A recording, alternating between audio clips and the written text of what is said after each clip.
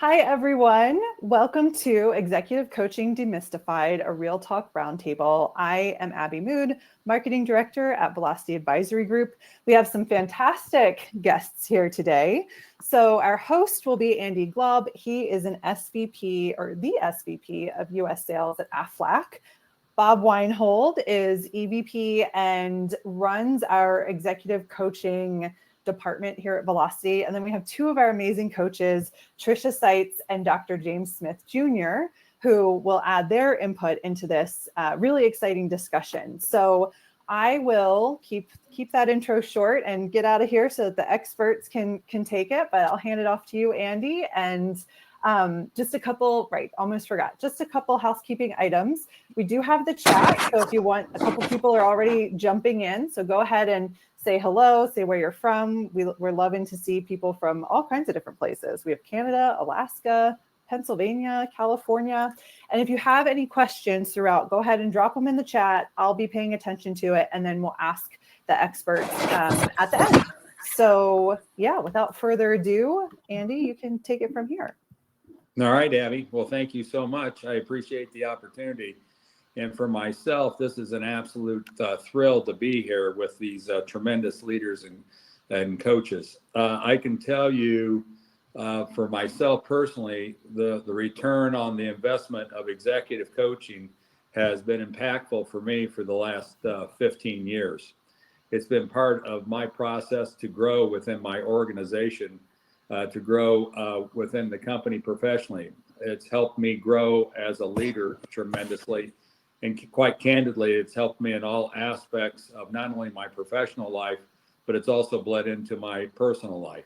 So to be here today and to be able to ask these great coaches questions and to get feedback and have open dialogue, I want to thank all the attendees today, because hopefully we know it's an investment of your time and we want to make sure it's worthwhile. All right, panel, are we ready? Are we a thumbs up? Ready. All right. Thumbs up.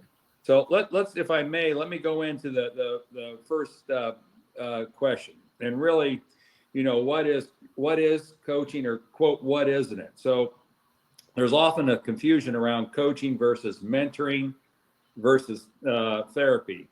How do you guys define executive coaching? Who would like to go first on that one? I'll keep it short and sweet. So I'll go first, and I will then allow others to add. I would define executive coaching as a process in which two people connect, and we look at business impact, business goals. And as a coach, we ask questions to help with critical thought. And we move clients from where they are and where they want to go to truly what is possible. And Tricia, right. I agree with that. I would add, from a mentoring standpoint, there's a lot more of shared experiences where you've been, what you did, whether it's a gory story or a glory story, but you're sharing more of you in your past. And therapy, and I know Bob has a lot more experience there than I do, but I think therapy is around helping people understand who they are and helping them heal to create greater well-being.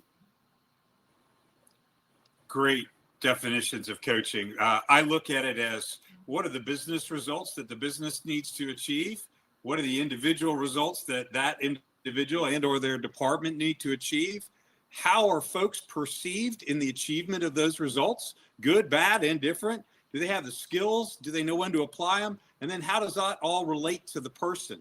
And the difference in the therapeutic realm is that that's around often stuff that's happened in the past and maybe some obstacles about going forward. In the business realm, it's about the results of the organization, the team, and other things outside of you in such a way that you can move those things forward. I've been executive coaching for a couple decades, and on the therapy side, I did that early on in life, and there is a difference. And I spent some time over in the family business side. And when we do it on the family business side, it also has to do with the asset that holds everybody together for several generations. And so that's what we talk about in coaching as well. I think and thank you for those answers. I mean, the one thing that I've been able to experience, once again, you guys are the experts, but the one thing that I've been able to experience is with my executive coach, the level of trust I've built. How it's been integral in sharing the details of not only the now in my business, but what the future holds, and to get that insight. The other thing that I like from an executive coaching perspective is just what the three of you bring, the knowledge, the experience that you've had, and how that coach is bringing those experience and being able to shape myself as a leader in a greater way. I mean, I would think that's a benefit as well in executive coaching. Would you agree? Yes. Okay. So I think, you know, as everyone that's on this call, I mean, how do you measure success in coaching? You know, what is really, you know, what is it that you look at, right? I mean, what are the goals? What are my expectations? How do we go about that in with each of you? How do you start that off with a client? And Andy, for me, it's a lot about discovery work up front, my assessment work. I liken it to when you go to the doctor with a cough. He or she doesn't prescribe the medicine or the pills right away. They'll ask, when do you cough? How long you've been coughing? What's around you when you're coughing? So it's discovery work. It's getting buy-in that there is a challenge. You want to make sure that that person's leadership plays a role as well. And you do your pre-assessment questions, and then you do your post-assessment questions based on the journey itself. And of course, you want to check in throughout, both with the individual as well with the leader. But you're asking poignant questions because you want to be able to feel what's going on, see what's going on, and hear what's going on. The measurement of goals is something really important that we try and do right away with somebody. When we meet with a new client, within the first couple of sessions, we're talking about what's important to the organization, to them personally, to their professionally, and what are the signs of success. Sometimes those are KPIs in the organization, and they shift and change over time. I think someone said one time, being coached by you, Bob's kind of frustrating because you keep moving the goalposts once we get closer. And so I'm guilty as charged for that. But I have several long-term coaching relationships, which I'm deeply appreciative for. And the things that we measured as the tactical goals and success early on in that relationship, whether it was hitting budget or retention or FTEs, hiring the right people, creating strategic objectives and meeting those things have shifted and changed over 5 or 7 years with some clients. And I had the most deeply appreciated comment ever from a coachee a couple of weeks ago where they said, Bob, when I look back over 7 years, every area of my life, professionally and personally, that has become successful, somehow you have your fingerprint on any of it. And I was just deeply touched because that speaks about the trust that you were talking about, Andy, and the depth of those relationships. And I'll just add, because it's right, it matters very much the work you do up front. And as Bob mentioned, and Dr. James too, it's what you say at the beginning, you hope doesn't take necessarily the length of the coaching engagement to complete. So therefore, it's an evolutionary process where you're constantly, as Bob said, moving the goalposts. But I think how you measure success very simply is, do you, as the person being coached, feel like you are growing, being challenged in a healthy way? Are you willing to continue this relationship and make the investment because you know that you are growing and getting better? So I think part of how you measure success as well is how long are the engagements that you're involved with, because they will stop if there is not value. And another indicator for me is if I'm able to get into their front seat of life. I think when coaching relationships begins, I'm in the back seat. There's respect. I'm certainly not in the trunk. And think about what's in your trunk. Emergency items, you take them out when you need them. But whoever's in the front seat, they get you. They get to understand who you are, how you feel, how you think, and you begin to purge and share front seat factors. So as I move or evolve with the person, that relationship, I can sense and feel if I'm in the front seat with them. And then we'll get to where we need to get to a lot quicker. Dr. James, that's excellent. The front seat, the back seat. I would tell you that the coach I've worked with, I've built a long trusting relationship with it. I think not only is my coach in the front seat, I think they're driving the car. So I think I'm that we've gotten to know each other that well. I think the other thing I would tell you is, Bob, when you said, what's important to you? Man, I got to tell you something. That struck a chord with me when you said that, because that's what's been asked of me every year. Or really, if it depends, I'm on a calendar year. That's really asked to me maybe midway through the third quarter as we come up into 2026. What's important to you? And what are those KPIs? What is it you want to drive? How have you grown through this executive coaching? What is the next step in your progress professionally? But also at the same time, how could it help you personally? So I think that really struck a chord. And the reason why it struck a chord is the experience of it. So I want to thank all of you for that answer. And this is great. And what I love is the perspective of the three of you. So the next question is this. Each of you bring a unique style. Mm-hmm. I mean, that's the beauty of it, right? How do you adapt your approach depending on who you're working with? I might ask real quick on this, when each of you, when Dr. James and Tricia, you give your answer, give a little bit about your background so people know how you got there. Sure. They call me, my clients, customers call me the presentation skills doctor. And I know when you share data, you should be speaking to the head and the heart. And I know as a presenter, we like to present the way we like to learn. So I'm very interactive, I'm right brain, but I know I have to speak to the head and the heart. And I craft my approach to be able to bring out the best in the individual. And I liken it to playing golf. Now, I don't do it well, but I know there are 14 clubs in that bag. I'm not going to use the same club for every shot, depending on the wind, depending on where the ball lands, how far. I'm going to switch clubs. It's the same thing when I work with my clients. I switch my approach based on where I believe they are and where I want to take them. Sometimes it's me doing a lot of talking, then most times it's me doing a lot of listening. I do know that too much of any one way is too much. There needs to be balance.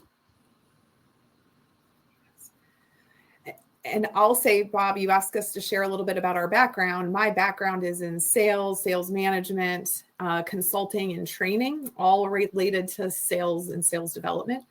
So I've been coaching with Velocity for 8.5 years, been coaching for over 20 years in total, but sales is definitely my area of expertise, if you will. So there are, as you can imagine, all different kinds of personalities, as Andy can attest to, and even in his own organization.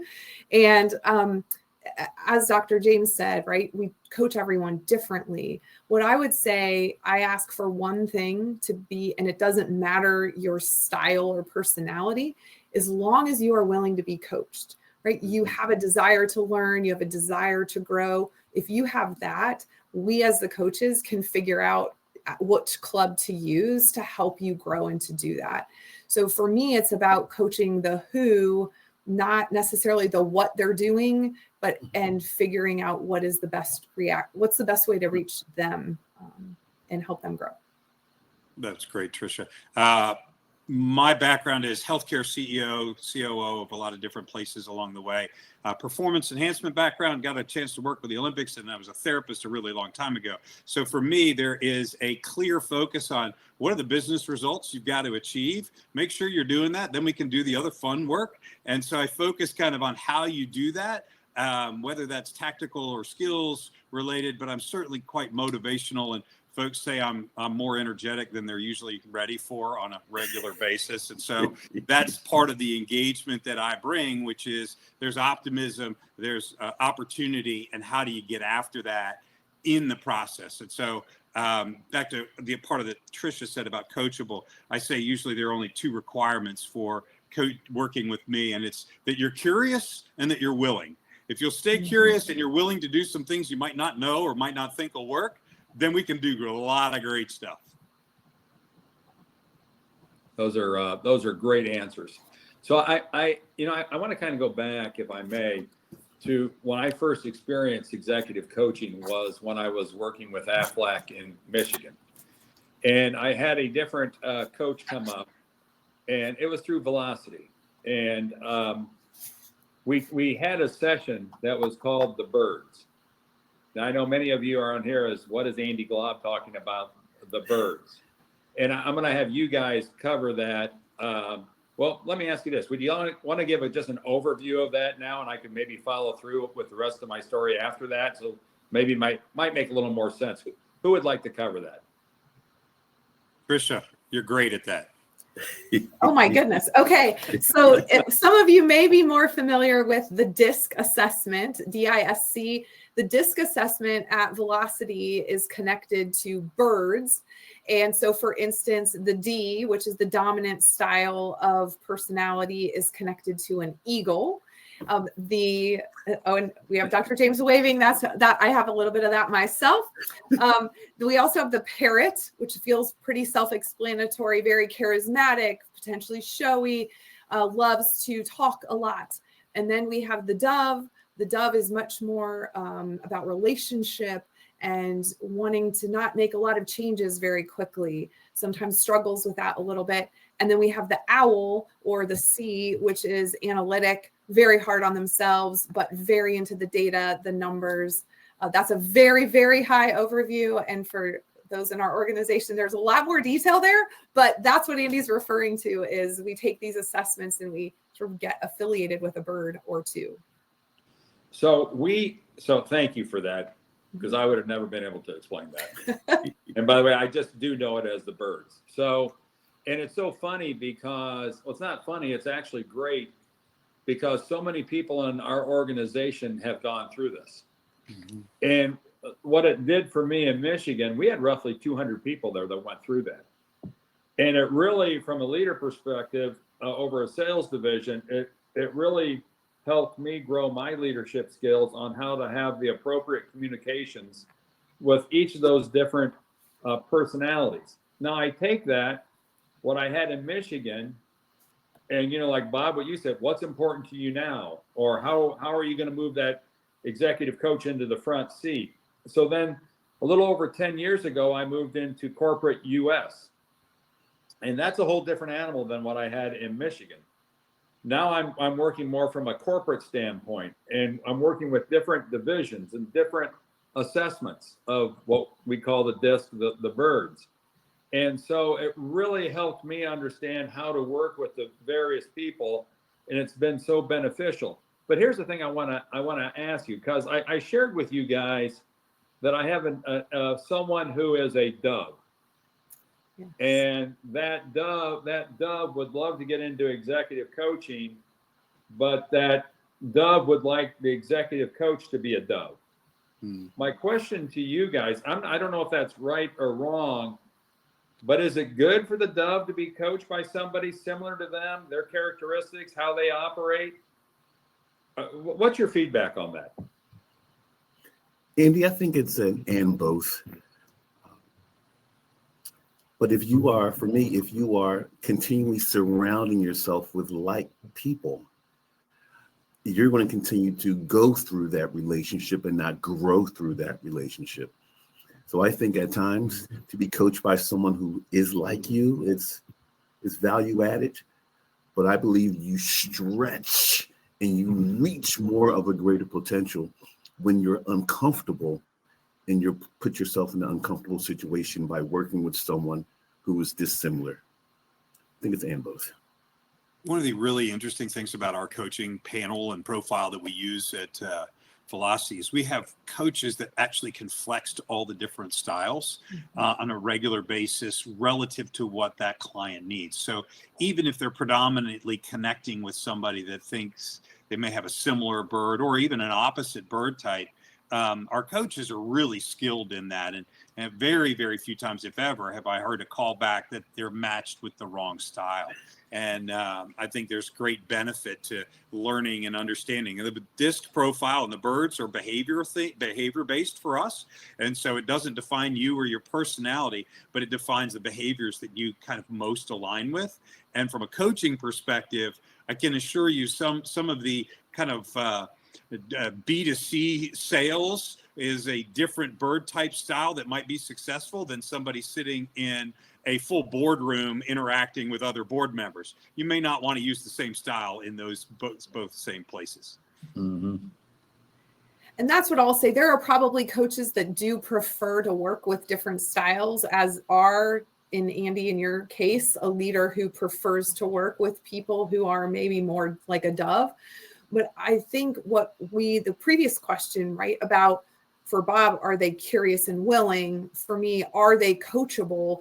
That is what's important. And then, as you all said, we as the coach then flex, pick the right club to drive home what needs to be. So if someone's already very good at relationship and they are good change makers, but they're not quick decision makers because they're maybe a dove, right? Whereas eagles tend to be quicker decision makers.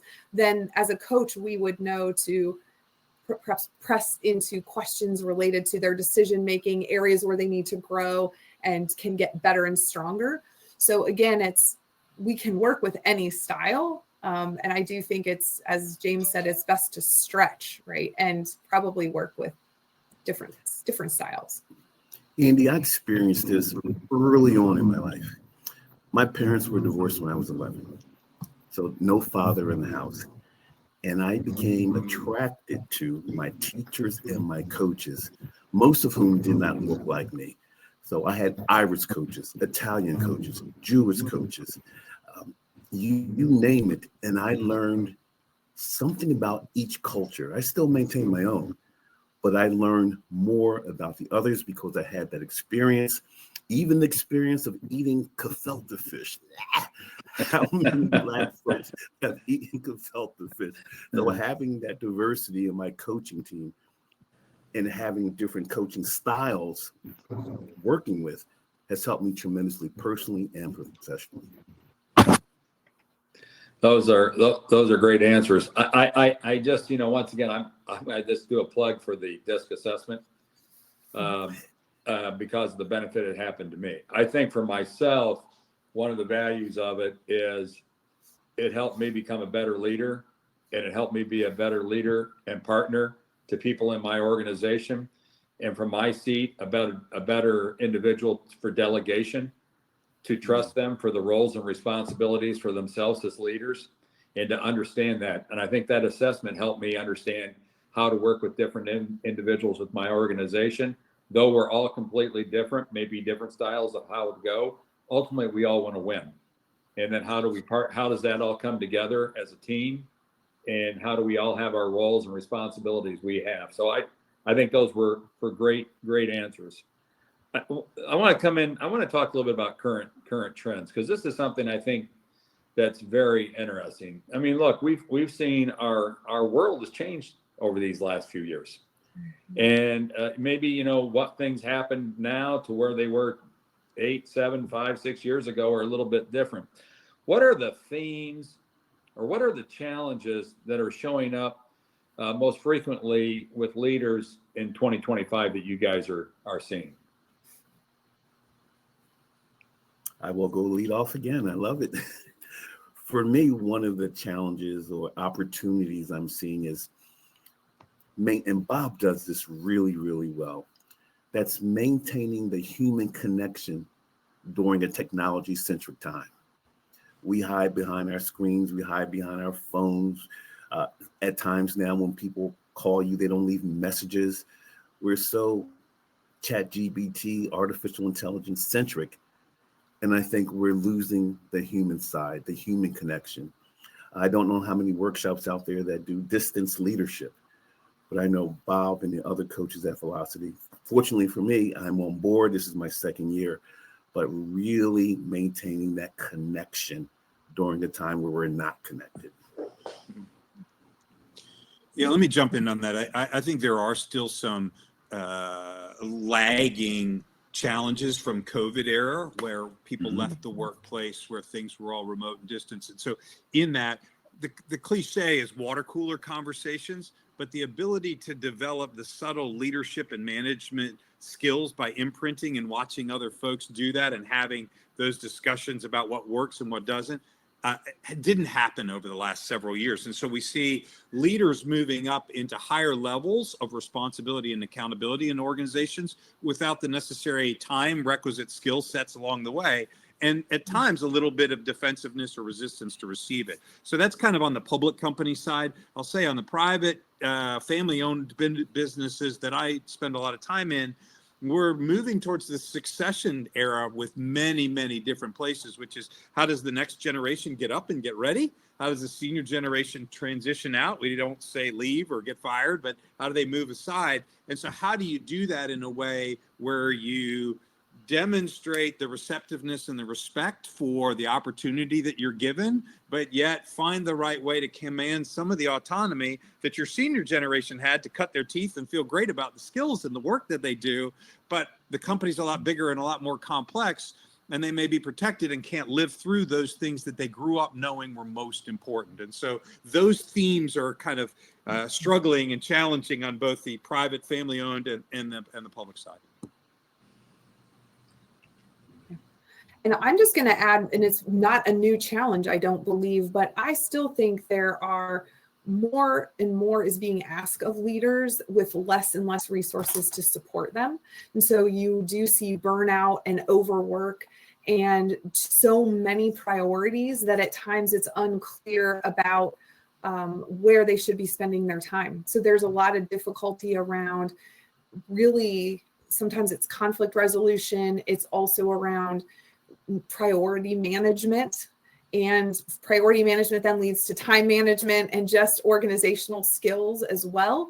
And we talked about technology, and I think there's, hey, I need to be staying up with the times, but when am I supposed to have time to figure out how to use that to enhance myself? And there's a lot, and there's still the people part, right? So it's I see it as primarily a challenge right now of how do I prioritize my own time and make decisions that are best for my team, myself, my people.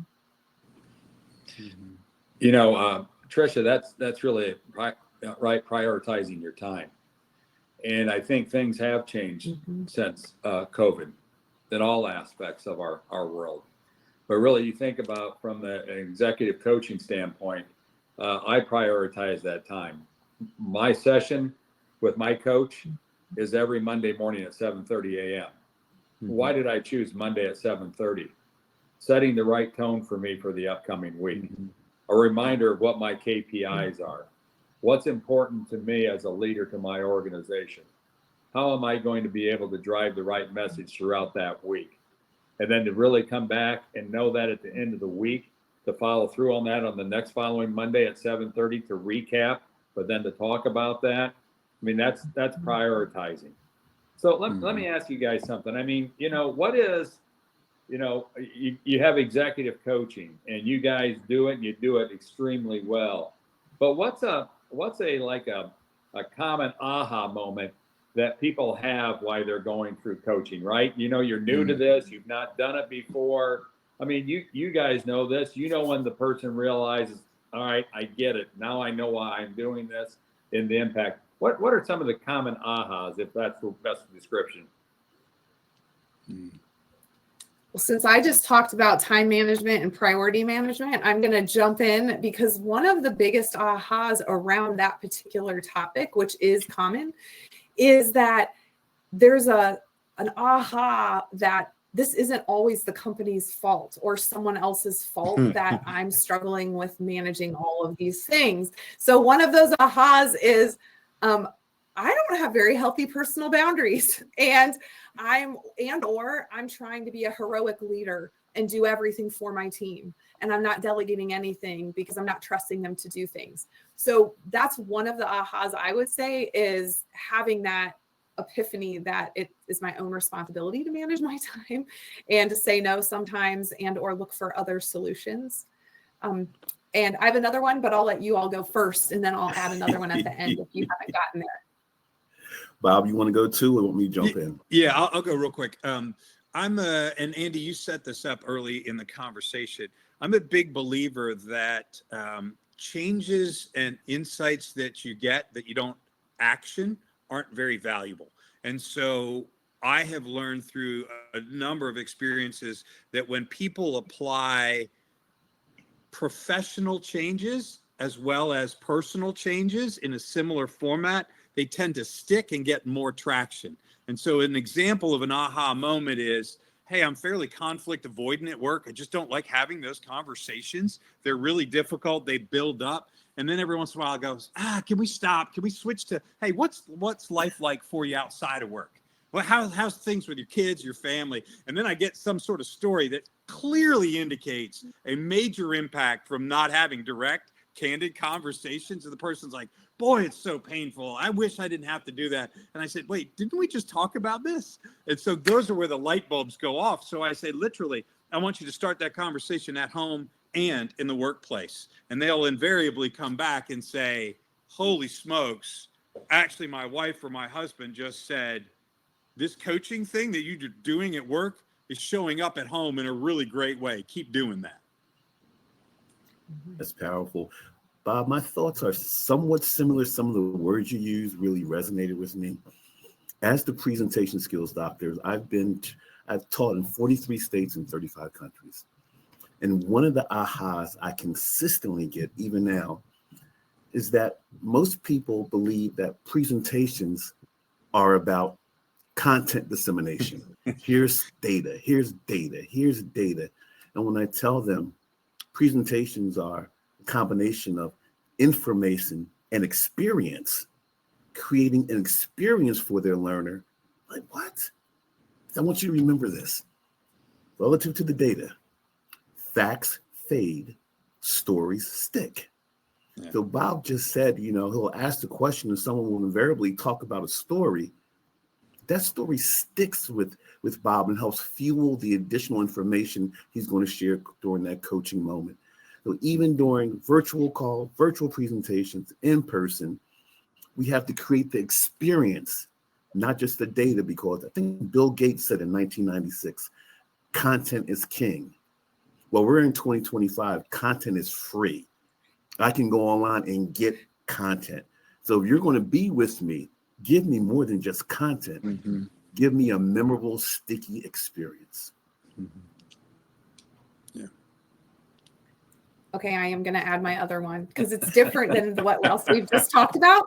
My other favorite sort of aha moment that happens fairly consistently is that when people realize your intentions matter far less than the impact of what you say and how you say it. Okay. And everyone's, but I meant it so kindly. I was trying to be nice, but they create conflict because they aren't intentional with their words. Mm-hmm. And so I think being intentional with your words and understanding, even if you're coming from a good place, it really does matter how you say it.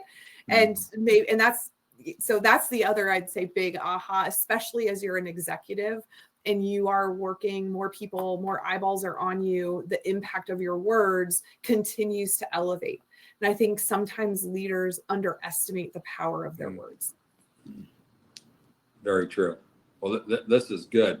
Hey, look, we've been going now for about 35 minutes, and I know everyone's enjoyed hearing us, but should we ask Abby, see if we got any Q&A from any of the audience members? Perfect, Ivy. Thank you, Andy. Yeah, this has been amazing. I mean, I work at Velocity. I hear stuff about coaching all the time, and I'm learning new things. So this has been fantastic. We do have a couple of questions from the audience, and then we have a couple that were submitted beforehand. So first, Abraham asked, as experienced coaches, how do you typically prepare for a pitch or presentation, especially when tailoring it to a specific audience? What key success points or flow/structure do you follow to ensure it's impactful and well received? I have a quick tip. I call it my KFD, not KFC, Kentucky Fried Chicken, but KFD. What do I want them to know? How do I want them to feel? And what do I want them to do? So during my prep, I'm focusing on the know. What do I want them to know that they don't know now? How do I want them to feel when they receive the information? And what do I want them to do that they haven't done up until this point? So that's a quick one from me, KFD. Who else has a tool or approach or a strategy? I think my part is really interesting in terms, not this perspective, but it's not what the person is trying to share. What does the person want to hear? What do they need to hear and how they need to hear it? And the great part is, if you're going into a board meeting as an executive, it may not be all this great content that you want to disseminate. What do the board members want from you? How do they want to hear it? And how do you dole it out in very small bits where they ask for more? Because if you give them too much information, you've lost credibility right away. So I think there's a balance between both of those that it's a great question, Abraham. I really focus on how does the message need to be received so that there's some sort of value that they will take from it. Great. And then Paris asked, any nuggets on how to approach situational leadership with your client without overwhelming them? Who wants to tackle that one? Well, I've worked with the Blanchard model for situational leadership: the enthusiastic beginner, disillusioned learner, emerging contributor, and peak performer. It's a journey. It's about the transition. It's about knowing where you are at that point and understanding your why, or why you're there and why do you want to advance. And it's letting them know that at every stop or every pit stop on that situational leadership journey, it's a powerful stop. It's one where, again, we're working with them to help them grow through the experience and not merely just go through the experience. And different situations call for different leadership styles. And Abby, I'm not sure if I 100% got the question, but I think it was, how do you, as the person coaching, using situational awareness or situational leadership, not overwhelm the person that you're coaching as well? Mm-hmm. And I think it's really about you understanding, as the person who's doing the coaching, where is this learner?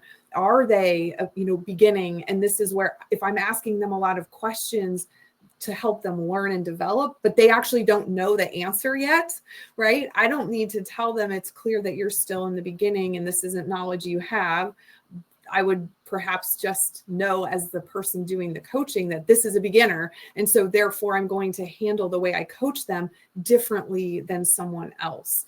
And that would be my answer to that question. Very ironic timing. We had our coaches call yesterday, and one of the things that I shared in opening comments was, for the folks that are a bit more experienced as leaders, we as coaches should be pushing them to talk about how they are making decisions in their organization and the why and the what they're paying attention to, so that the people that report to them understand the context for how decisions are being made. So that situational leadership, we as coaches really need to push our people to say, hey, talk about how you're making decisions with your people. They don't have to agree, but they need to understand part of how you're going about that. Andy, I'd love your thoughts on that as well. Well, I think you hit it right on the head. I mean, I think you're right on point with that. I do. Can I squeeze a question in? Sure. All right. This is fun. So the thing that we have a lot of different people on this, right? So I don't want people to think that, from my role with the company I'm with, that this is just for senior leaders or executives. You have, as we've talked about, it could be a public company, private company. Is coaching just for senior leaders and executives, or could it be for anybody? Yeah, I'd love for you guys to give comment. We coach really, and we look at people in 3 buckets, which is a tier 1, which is just getting their first management position. How do they interact? How do they learn those fundamental skills? Tier 2 are the folks that have had either a couple of leadership positions, or they're in director, kind of moving towards a VP, depending on the size of the organization. And then that tier 3, which is owner, operator, C-suite, or potentially a family member that's kind of destined to move through the business. And there's different elements, and we have coaches that are very comfortable in certain segments and choose to spend time either in coaching bucket 1 or 2, or will watch their people move from 2 to 3 along the course of their journey. So Tricia and Dr. James, some experience that you have along the way? Yeah, Bob, I'm reminded of when Tiger Woods was crushing it on the golf course. I mean, he was winning major after major after major, and at the apex of his game, he changed coaches.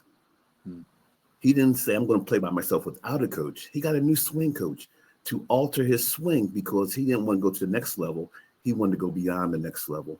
So I believe we'll stop learning when we stop breathing. I think everyone can benefit from executive coaching. And I'll just echo that. I love the Tiger Woods analogy. I'm from Indianapolis, and so we have the Pacers here right now. Big plug for them. Go Pacers tonight. And Shameless. right, you have yes, a coach for someone who's performing at a very high level certainly makes sense and is helpful to get, but that's about refinement often. And as Bob described our multiple tiers, I think when you're in a first tier, kind of even going back to situational leadership, what you need from a coach is different. And sometimes it's more of an education, if you will. How do I do this? What are ways I can do that? And now let me try them. And here's how it went. And let me talk about that. But Andy, to answer your question, I think anyone, again, and I love Bob's words, who is curious and willing and wanting to learn and grow, can benefit from having a coach. So I would say, and I agree with all the assessments that you talked about, because Bob, in our organization, you're exactly right. It's for, in some of our roles, they're brand new in the role. You need to have coaching. We want you from the very beginning to have coaching. And it is up through the ranks. I want those people to understand. It's going to help them navigate some of the headwinds they're going to face. You know, and Abby, I'll come back in a second. I know you got more questions, but I'll be quiet here in a second. But Dr. James brought up a really good point about Tiger Woods, right? And ascending, but you commented, Dr. James, about going to another level or 2 or 3. And I think the one thing, and once again, I'm just sharing my personal experience or my professional experience is this. When I moved into a corporate situation, there were much more, it was a multitask role. And I always thought I was giving 100% in my role, and I was reaching the peak of my potential. I was completely wrong. My executive coach took me to boundaries that I never knew I could achieve. And that's the honest to goodness truth, and raised me 2 to 3 levels. Very similar to the swing coach. Well, my executive coach was my swing coach. Yes. And helped me. And I got to tell you guys something. Executive coaching, I don't look at it as an expense. Quite the opposite. It's an investment. It's an investment in you. It's an investment in you growing as an individual. It's you growing as a leader. You growing just to be a better overall person, not only professionally, but it's going to bleed into your personal life. And that's the experience I've been able to have for many, many years. So I just saw that when you said the swing coach and the analogy, it's so true. So Abby, I know we have some other questions. I'll pass it back to you. Yeah, well, I'm actually going to toss it right back to you with one of these questions. So from a coachee perspective, and then I obviously would love to hear the coach's perspectives, but how do you know when a coaching relationship is working? How do I know it's working? When I look forward to the call. I'm excited about it. That I want to call the coach during the week. That I send a text message to my coach. I mean, over the years with my coach, I've invested not only in individual coaching. I've had my coach or coaches actually attend meetings with me. I've had them lead meetings. I've put them in front of my distribution leaders and asked them to do it. I've worked with them through agendas. I've talked to them about all aspects. But I think the thing is if I'm setting my call up for a Monday at 7:30 in the morning, and I'm setting up, I'm telling you, I'm having that's a positive experience for me, because that individual week in and week out sets the tone for me. And I grow from that. And I like it's what's important to me and what do you want to do? And the coach helps that accountability because you see with the right coach that they care. So, by the way, any of you that are watching right now, just saw my 4-pound miniature Yorkie just get up behind me. I apologize. I'm on a little vacation right now, so my dog says hello to you. But I think that's the most important thing. I look forward to the calls. Yeah, I think one of the ways to know coachees are, they've described it's working when they're getting the results that they want at work. They're looking forward to increased opportunities. I'm really routine on talking about how they think and sound differently and consider opportunities in business and personal and communication challenges differently. My brain just retains that, and I usually say, do you know what you told me 6 months ago? You talked and said these words. You can't imagine even that you're saying these things now. And it goes back to that element a few minutes ago, which is all of us are trained really highly and credentialed in a number of cases to be able to see future opportunities that our coachees can't see it themselves. Now, I have a personal life statement. It's to help family, self, and others live to their capital I inspired potential. And that's about helping people become really the best that they are in the way that they present to us. And we're uniquely skilled to see what are those things unfolding. And so people will say, I never imagined I could have gotten here. I can't wait till my next call. Or they'll text, as you said, Andy, that great result. I got one over the weekend. Hey, I did what I said I was going to do. It worked out so much better. I can't wait for what's next. That's a win. That's touchdown. Mm-hmm. I love when. And I'm just going to add one thing because. Yeah, Trish, go ahead. Oh, sorry. Thanks. I was just going to say, as you all who are listening to the call as executives, right, the higher up in the organization you go, the lonelier it gets. And I think one of the biggest values of having a coach is it's an objective, safe, trusting place for you to bounce your ideas off of, be challenged to say, maybe I'm not thinking about this fully, or there are unintended consequences I hadn't considered. And so how you know it's working, I want to say, I love that Andy was like, because I look forward to the calls. I have sometimes where people are like, I don't look forward to this call because I did not do the thing that I knew I wanted to do to better myself. But they show up anyway because it is a safe environment. And we'll talk about, so why didn't you and what is there? But so I would just say also that you just show up and you know you're accepted where you are, and we're going to help you get to where you need to go. Yeah. Andy, for me, it's something that you would think is simple, but many find it challenging. And that's maintaining a level of authenticity and candor to the point where I can look at the person and say, I see you, and they see me too. Through all my gory and my glory, my ups and downs, we have that go there conversation, if it's around race or sexual orientation or managing up or going to your boss and really sharing your truth. That when we have that degree of psychological safety with each other, we can go places that other coaches and coachees cannot go. And it's one of the reasons I love working with Velocity, because they allow us to go there. Those are great. Those are great answers. I love those. Okay, one more question, unless, oh, wait, another question dropped into the chat. So 2 more questions. Patria asked, what assessments other than DISC, so we've talked a lot about DISC in our version of that with the birds.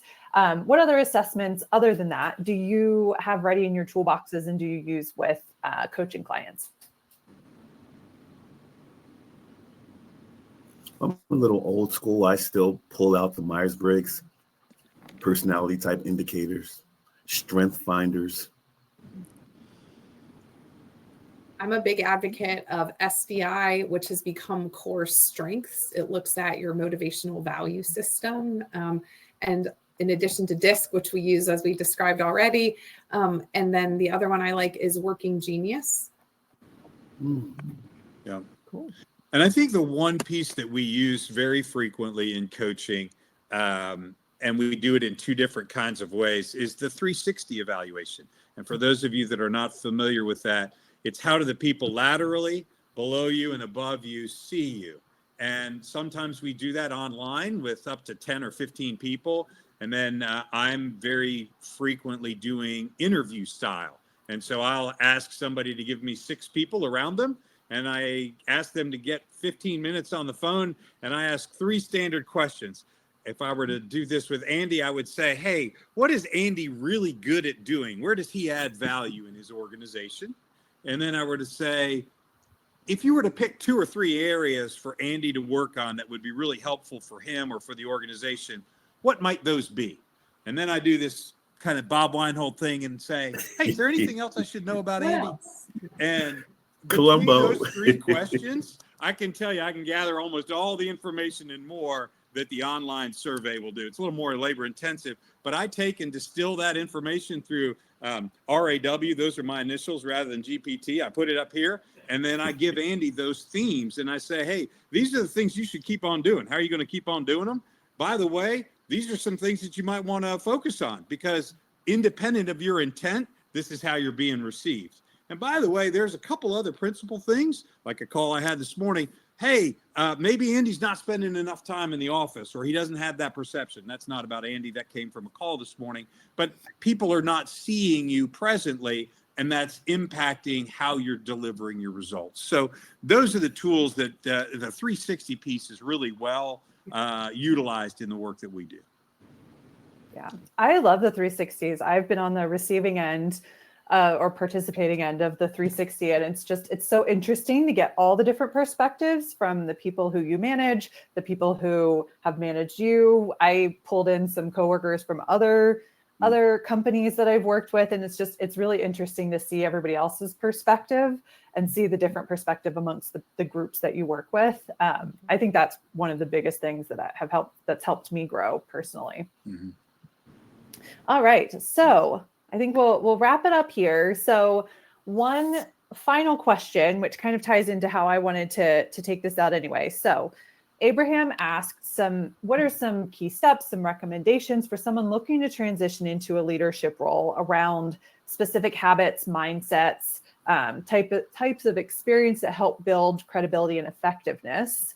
Hold that thought, which ties into my ending, which was, what is one thing you hope attendees take away from today? So I think we can kind of tie that together in someone who's looking to be a leader. What's one thing that you hope that they take away from today in this executive coaching call? I'll say this to Abraham and anyone, right? You can lead from wherever you are in whatever position you currently are in. And that the right coach also can help you to grow and do better. Specifically, you ask, like, for credibility and effectiveness, what can you do? And I would say, act like the position you want to be. Mm-hmm. I would add to that we major in accountability, in owning our choices. We're not blaming, we're owning our choices. If our life was a movie, who's starring in it? Who's directing it? Who's writing the script? So you become, in my opinion, a better leader when you're accountable and you hold other people accountable. And you become allergic to the word mistake, because people say, I make a mistake. I made a mistake. No, you made a poor choice first that turned into a mistake. Saying a poor choice creates ownership and accountability. Mistakes is almost like it happened by itself. So I believe as you're heading toward coaching or being coached, accountability is key. Great. The piece that I would add is a lot of people come into coaching around an elevation to a new leadership position.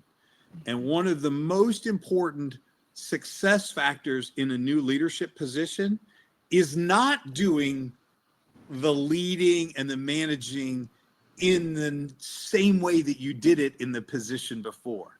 That has to fundamentally change. And so the things in cliches, the things that got you here won't get you forward, but there's the practical, tactical piece of that, which is you must look through a new lens and demand and command behavior differently in your new leadership position, because you're at a different place in the organization with different expectations and a different audience to receive it. Can I comment on that? Please. I would tell you this, that Dr. James, the movie part, I like that. I was actually thinking who would star for me on that. But anyways, Bradley Cooper. Yeah. Oh man, I like Dr. James. So the thing I would say is I always have referred to it as your life's a book.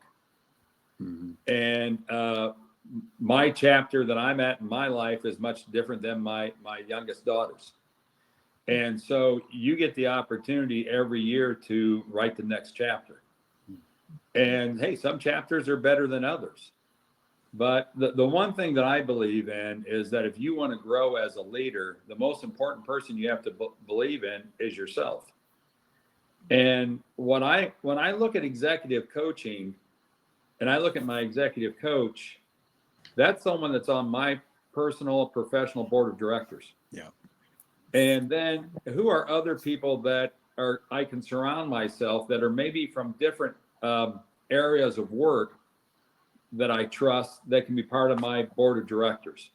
Mhm. And those are the people that are going to tell you maybe some of the things you don't want to hear, like we talked about here today, but are going to help you professionally grow, that when you write those additional chapters in your book, you're moving in the direction that you know you have the skill set for. Mhm.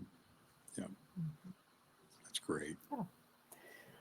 All right. Well, that's it. Time's up. Went by really fast. Thank you so much to our panel. Thank you to Andy for hosting. I dropped a link in the chat. If you'd like to learn more about executive coaching with Velocity, you can learn about our coaches. You can learn a little bit more. I mean, I think this was a great intro to our philosophy, but if you'd like to talk with Bob or any of our coaches and learn a little bit more, there's a form you can fill out on that website. But thank you all for participating and sitting in, whether you came live or you're listening to the replay. We appreciate you, and have a great rest of your week, everyone. Thank you, Thank you, everyone. Abby. Thank Bob. you. Thank you, Trish. Thank you, Andy.